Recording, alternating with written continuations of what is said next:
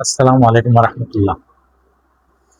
দেশের মানুষের আসলে বিরাট একটা সমস্যা আছে, সেটা হচ্ছে রাজনৈতিক বিষয় নিয়ে।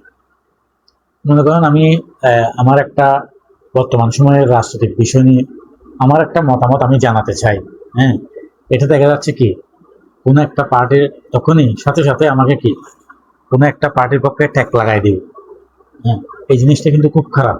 আমি একজন সাধারণ নাগরিক হিসেবে আমি আমার মতামত দিতেই পারি। হ্যাঁ, আপনাদেরও যাদের এই বিষয় নিয়ে কোনো যুক্তি থাকলে, হ্যাঁ, গঠনমূলক সমালোচনা, গঠনমূলক যুক্তি দিতে পারেন, কিন্তু সেটা না করে দেখি যে অনেক সময় গালাগালি, হ্যাঁ, এবং ট্যাগ দিয়ে দেওয়া অমুক পার্টি করে, এটা কিন্তু ঠিক।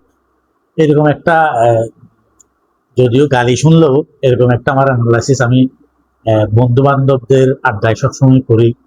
সেটা আজকে কি বলে সোশ্যাল মিডিয়ায় করলাম, দেখি কি হয়।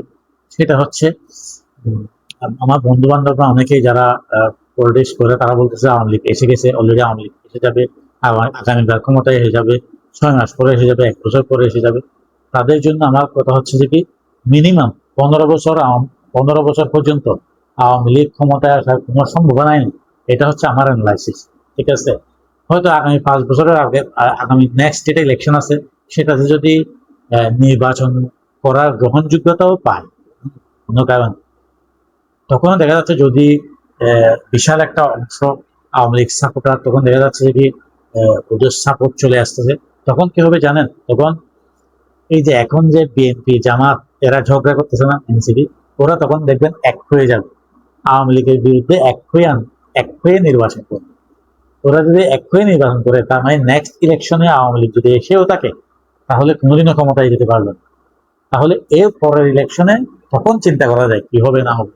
তারপরে অর্থাৎ 15 বছর, আমার হিসেবে 15 বছর ক্ষমতায় আসার আওয়ামী লীগের কোনো সম্ভাবনাই নেই।